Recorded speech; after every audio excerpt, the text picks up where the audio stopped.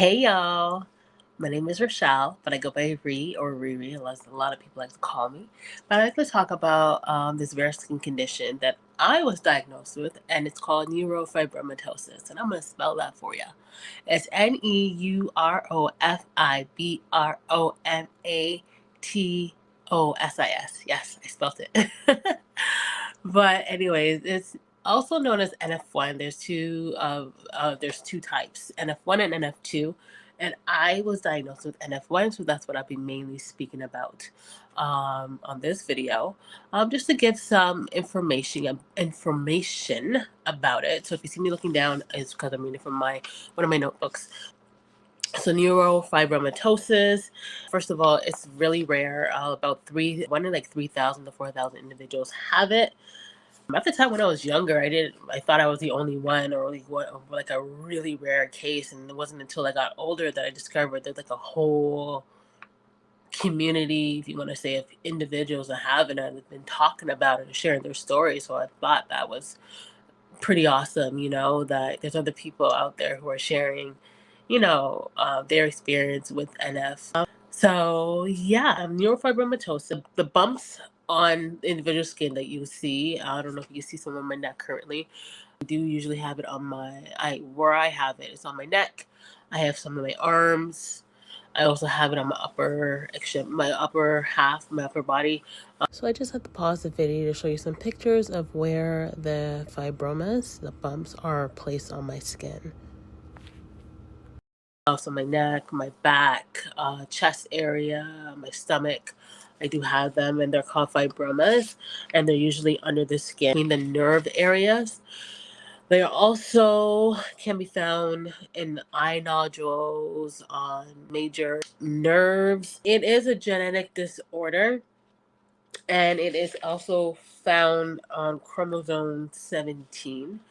It is said that it can be passed down from a parent, usually, or it can spontaneously occur during conception.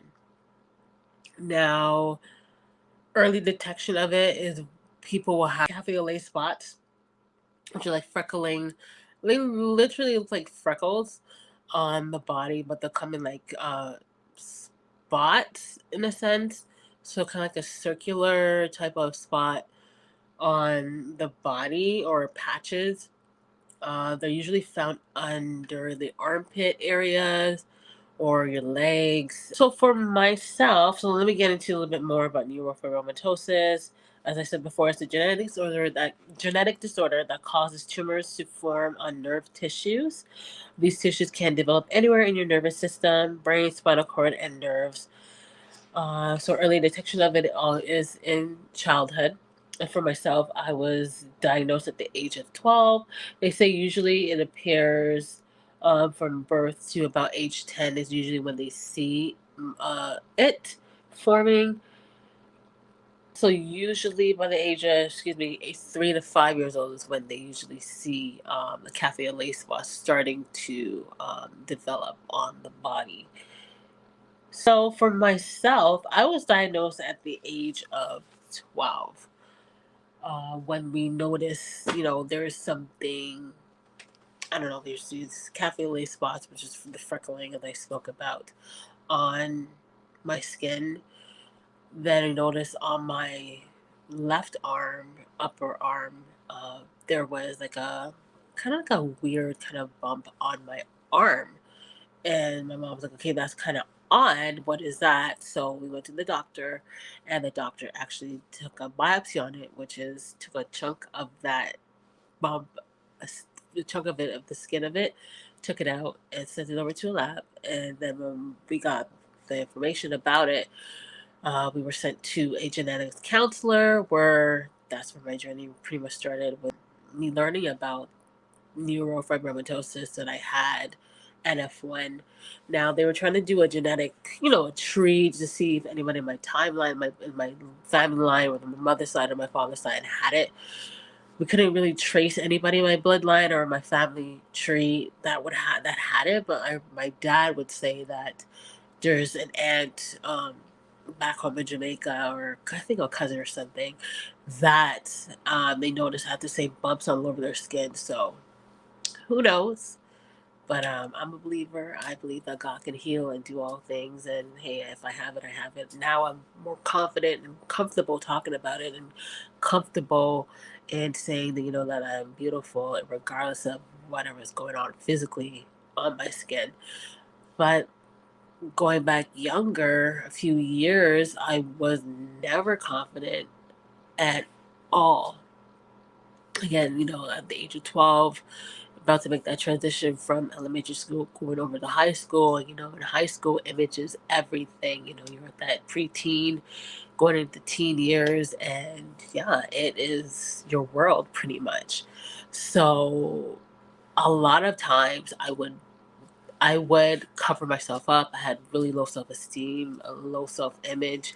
I didn't view myself as beautiful, pretty, you name it. I didn't like my skin. And that was because I was different. I literally physically looked different from everybody else. And, you really, people would stare at you, and it was just an uncomfortable thing. And then try to explain that, you have this rare skin condition, that you're still trying to understand yourself. It was hard. So for myself, a lot of times I would dress in a lot of, yeah, I'm wearing a sweater tonight because I'm freezing. But a lot of times in summertime, I would be covered up from head to toe. So I would wear a lot of long sleeve, a lot of, track pants, even though I was, kind of like a tomboy. But still, I would go the extra mile to make sure I was covered up, that whatever was on my skin wasn't really seen, so I didn't have to go through people staring at me, wondering what's going on with her skin, what's wrong with her, am I like ill, sick, am I contagious, all that crazy stuff that people typically do, when they see something that's different. Instead of asking a question, people would rather stay back and stare at you like you're some freak. And it's like, no.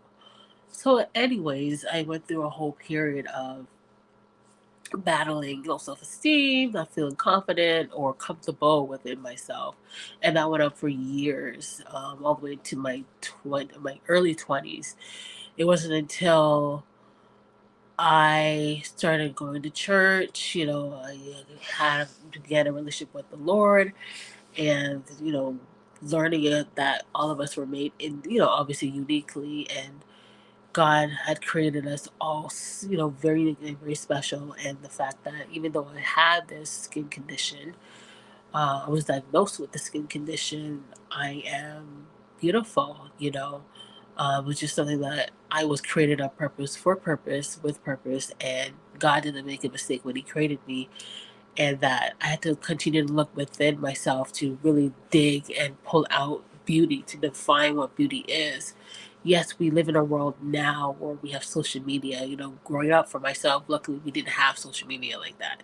You know what I mean? Yeah, it was really big on magazine covers for us, and that was kind of our basis where we based, get beauty and self worth. It was more of, okay, you have to look at this skin tone, and or look at this body type structure. And those were the magazines that was our social media at that time. The magazines played a major role, a major influence in a lot of our looks and our standards. So yeah, so for me, you were seeing, people with flawless, beautiful skin. That was a major thing, and here I am. I didn't have that. So as I was saying, um, you know, having that development, the relationship with God, learning that I am beautiful just the way I am. You know, even though I have something physical that you can physically see that's different, that doesn't stop or doesn't change my character, or doesn't change, my silly, crazy self, or the beauty that's within me. So I really had to do a lot of work myself in terms of loving myself, and, identifying what's beautiful about me. What do I like about myself, that is physical.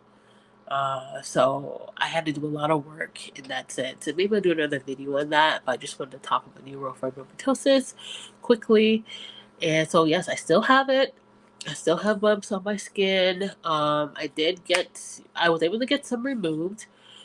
I had one on my chest that I was able to remove, but there's a chance of it growing back, in which it did. So I kind of just, said I'm not going to go through that again. I know there's individuals that I do follow who've gone through surgery or they're doing um, trial medications, and I'm like, okay, good for y'all. Let's see how it goes. I don't think I'm going to do that, or I had interest in doing that. Just because of where I am right now, I'm very confident in myself. I'm very, and bold within myself. So I'm not, what I mean? It's nice. Who doesn't want like the flawless, beautiful skin? Obviously, that's something that I would want.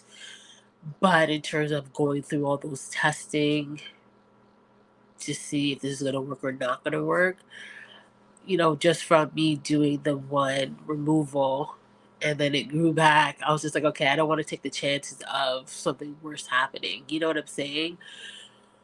And plus, I don't know. I just have faith that maybe one day I'll get healed, or there's a possibility that I will be healed, if it is the Lord's will. If not, I'm cool. You know what I'm saying? I know I have enough confidence within myself that I'm able to encourage others to love themselves. And I use myself as an example that I physically have something that, can cause a lot of people to be like, hey, I don't like myself or whatever. But if I can love myself with a condition, you can love yourself too and still be beautiful, still dress and look beautiful, and you know what I mean, and not shy away just because of a bump on your skin or something. But anywho, that's all I wanted to talk about was this neurofibromatosis skin condition that I have. Yeah, so I'll probably do more videos about it as I gain more, confidence in this whole new YouTube world and getting from the camera, talking about it more. I would love to talk about it more. Just take you on a journey with myself. I mean, I still have fun. I still like to dress up. I still, slay. Hey, because I can, and I know I look good. Okay. But yeah. So neurofibromatosis. I entitled this "The Other Side of This." There's definitely another side of this. I mean, I don't have to hide anymore. I don't have to shrink back. I don't think I am weird or, yes, I am different. We're all different. But my difference makes me stand up more because, of how I carry myself and how confident I am in myself. So, yeah, the other side of this, part one, look for part two maybe soon. We'll see how that goes. But it's your girl Reese signing out and talk to you later. Peace.